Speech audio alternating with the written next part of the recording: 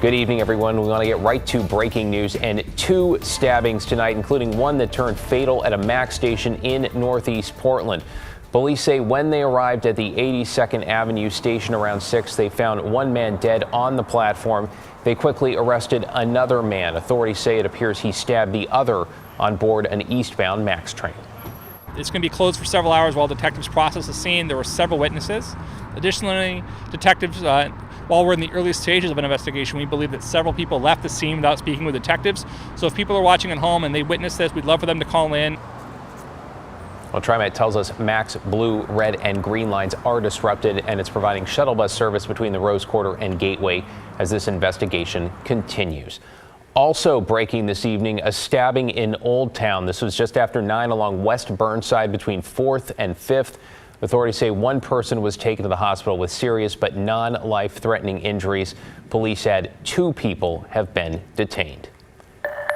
To new developments this evening in Washington in the tragic case of a missing 4-year-old boy found dead. Tonight, the child's mother, who was already in custody in Clark County, has been arrested for a second time and now charged with murder. Catherine Cook is just back from Ridgefield, where a local bar helped police track that suspect. Catherine. And David's security video at the bar appears to show the boy's mom parking her car, then walking away Wednesday afternoon. It happened hours before Clark County Sheriff's deputies arrested her. Initially, she wasn't charged with murder, but that all changed tonight.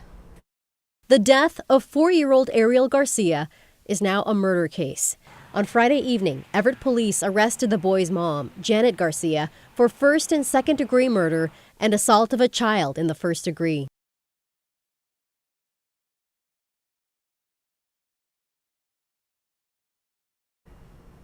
Sorry about those technical difficulties. Hopefully we'll have that story for you later. In the meantime, Janet Garcia was booked into the Snohomish County Jail tonight. The medical examiner there is working to determine Ariel's exact cause of death, her little boy. It's worth noting court documents show just a few days before Ariel disappeared, his grandmother filed a petition for emergency guardianship. She told the court her daughter struggled with substance abuse and said she was scared that Garcia would harm her son. David. Thanks, Catherine. We'll work on getting that story back a little bit later in the newscast. To get you caught up on tonight's other headlines now, Portland police have identified the man killed in an assault on the East Bank Esplanade. They say the victim is 70-year-old John Garcia. The assault was a week ago on Southeast Madison Street near Fire Station 21. Firefighters and bystanders intervened in the assault, but ultimately could not save Garcia. The suspect, 29-year-old Abel Nisker, has been charged with second-degree murder. Amtrak trains have once again been disrupted between Seattle and Portland. It's all because of some sort of blockage, sounds familiar, right, related to previous weather events between Kelso and Vancouver. Amtrak says Cascades trains are suspended. It is providing alternative transportation. No word on when rail service might resume. And the temporary suspension of bottle returns at 2 downtown spots will reportedly be extended for at least another month. That's according to Willamette Week. Services were paused at a Plaid Pantry and a Safeway along Southwest Jefferson.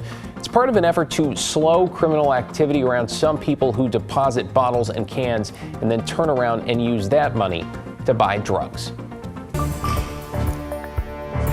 All right, now to a progress report on a new team in Portland that responds to downtown overdoses, one that sends 2 dedicated first responders instead of dispatching firefighters. The program's been underway for the last month or so, and this evening, Blair Best got an update.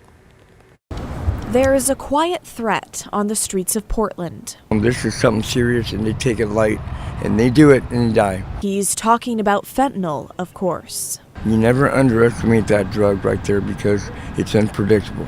That fentanyl will kill you. It's so heartless. Every time I ever save someone's life from it, I'm like, do you really want that to be your last breath, man?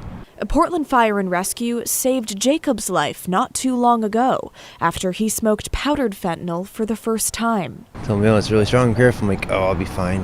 And then smoked 2 big hits of it and woke up with paramedics around me. And you still smoked a powder? Yeah. Not as much, though. I'm very careful with it when I do it. The reality that we are within is tragic. In the past 30 days, Portland Fire and Rescue's new overdose response team, an EMT and paramedic, responded to 90 overdoses downtown. My God, 90? It's not clear how many of those were deadly, but Multnomah County data shows 68 people have died from a suspected or confirmed fentanyl overdose so far this year. That's just 'cause people are ignorant and aren't being careful. Of the 90 overdoses Portland Fire has recently responded to, nearly half were treated on the street instead of the ER, freeing up resources. Once they address somebody in the street, they establish that relationship and they follow up 24 hours later. Yeah, they're very helpful. We are doing everything we can to meet the people in the street where they are and provide them a pathway out. Portland Fire and Rescue's overdose response team meets daily with the task force behind the fentanyl state of emergency, and we've been told that we'll be getting updates every 30 days from that task force. The next update should be coming very soon, but today they told us they haven't set a date yet. Now, as for that overdose response team, it's just a pilot program that ends sometime this fall, but they are hoping to be able to extend that. Blair Best, KGW News.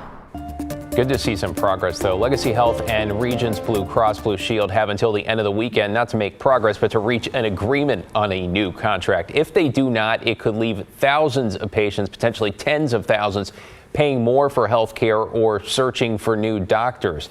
Here's the thing. Legacy wants higher insurance premium payments, reimbursements because of increasing health care costs. But Regions says it is not backing down and says what Legacy wants is unreasonable. We talked to Legacy, who said they submitted a counter offer today in hopes of reaching an agreement before the Sunday deadline.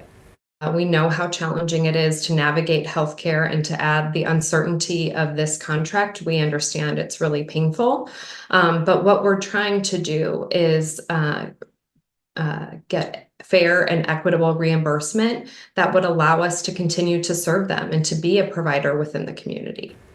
All right, negotiations are ongoing. By the way, Providence Health also asked for payment increases that Regions said it could not afford, though in January, on the day of the deadline, the two companies were able to find a way forward. We will see.